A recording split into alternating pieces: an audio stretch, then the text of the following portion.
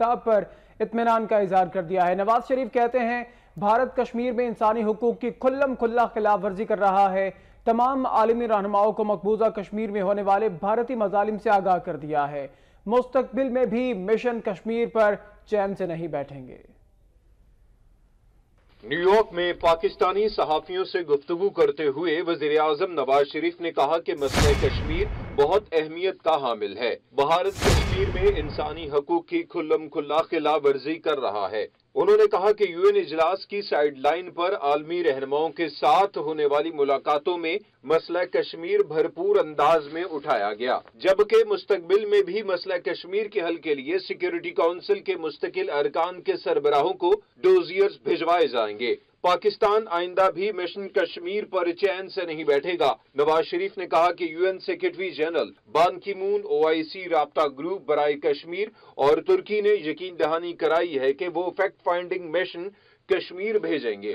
اس وقت بہت اہمیت کا حامل ہے کشمیر کا جو مسئلہ ہے، جس طرح سے ہندوستان نے وہاں پہ اٹراسٹیز کمٹ کی ہیں، ہیومن رائٹس کی بڑی یعنی گریو قسم کی وائلیشن کی ہے۔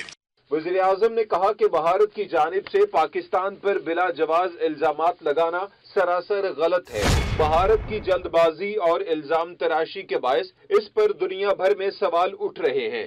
سوپور واقعے پر پاکستان پر الزام لگانا ہرگز درست نہیں۔ ایسے واقعات کی تحقیقات کے لیے دن اور ہفتے درکار ہوتے ہیں۔ سوپور میں جو واقعہ ہوا ہے اس کی ذمہ داری ہندوستان پاکستان پہ ڈالنے کی کوشش کر رہا ہے، لیکن یہ وہ بھول رہا ہے کہ انہوں نے خود وہاں پہ 107 لوگوں کو شہید کیا ہے اور اس کی باقاعدہ ایک انکوائری ہونی چاہیے تھی، انویسٹیگیشن ہونی چاہیے۔ نواز شریف نے کہا کہ پاکستان میں دہشت گردوں کے خلاف سب سے بڑا آپریشن جاری ہے، جبکہ دہشت گردی کے خلاف پاکستان نے بڑی کامیابیاں حاصل کی۔ سیکورٹی اداروں اور عوام نے دہشت گردی کے خلاف جنگ میں بہت قربانیاں دیں، جبکہ اس جنگ کو منطقی انجام تک پہنچائیں گے۔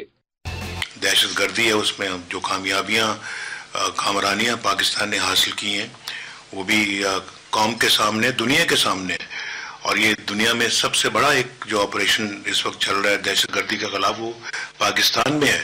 اس موقع پر وزیر اعظم نے بتایا کہ ایرانی صدر کے ساتھ ہونے والی ملاقات میں حسن روحانی نے کہا کہ سی پیک منصوبہ خطے کی ترقی کا باعث بنے گا۔ گوادر اور چابہار بندرگاہ کا موازنہ کرنا درست نہیں۔